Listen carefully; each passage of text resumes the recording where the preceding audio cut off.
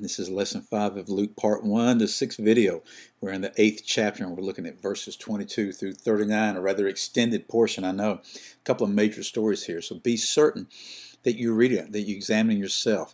That's so important for us to do that. Jesus and his disciples go to the other side of the lake. The Lord said, let's go to the other side.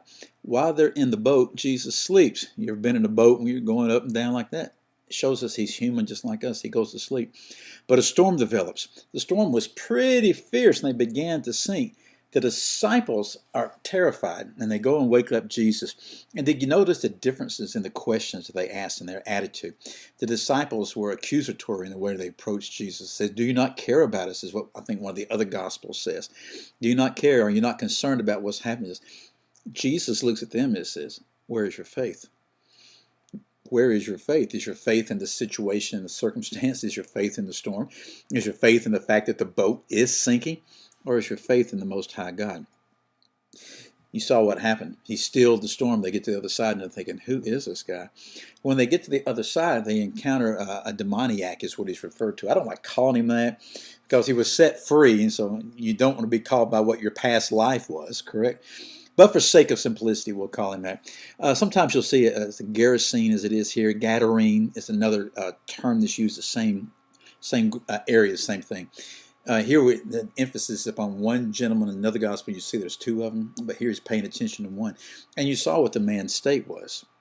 Nowadays, he would be totally locked away. He went about unclothed. We would have called him crazy. He was consumed with demons. They tried to chain him. He'd always break the chains. He lived in the tombs. Jesus comes to him and he speaks to the demons. And he asks, first of all, what is your name? I'm not sure he was asking the demons what their name was. I think he was asking the man what his name was. But then the demons responded and said, we are what? Legion. 6,000 is the number that a legion normally is. There's 6,000 demons in this gentleman.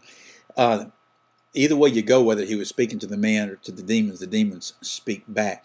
So Jesus is telling them to leave. The demons are putting up a fight. They were absolutely terrified that the Lord would send them to the abyss. And they said, it's not time for us to go to the abyss. The enemy knows about the abyss.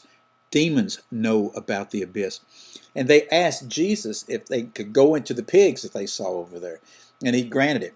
So they went into the pigs, and the pigs immediately did what? Go run it off the cliff. There's all sorts of funny lines, I know.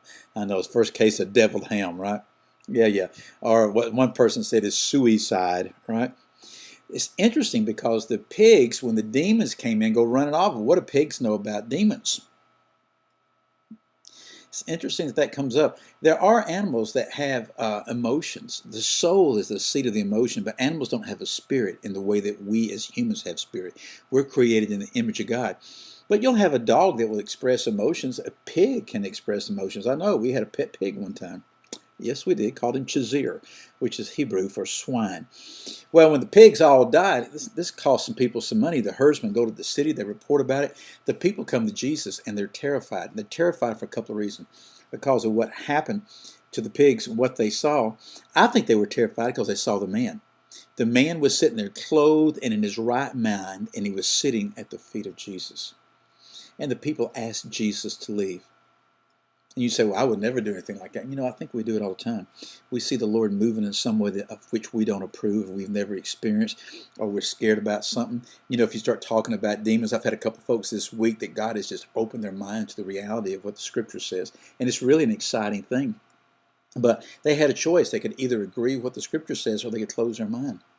And all too often, people close their mind. Here, this man was sitting in his right mind at the feet of Jesus. He was clothed. He was restored. The people asked Jesus to leave. He did so. The man wanted to go with Jesus, but Jesus told him, no, you go home and you tell what God did for you. That man did that because later on, when Jesus comes back to this area, the people are not asking him to leave anymore. They're wanting him to stay because of the testimony of this one man. What is it the Lord's wanting to do with us? I'll see you again next time.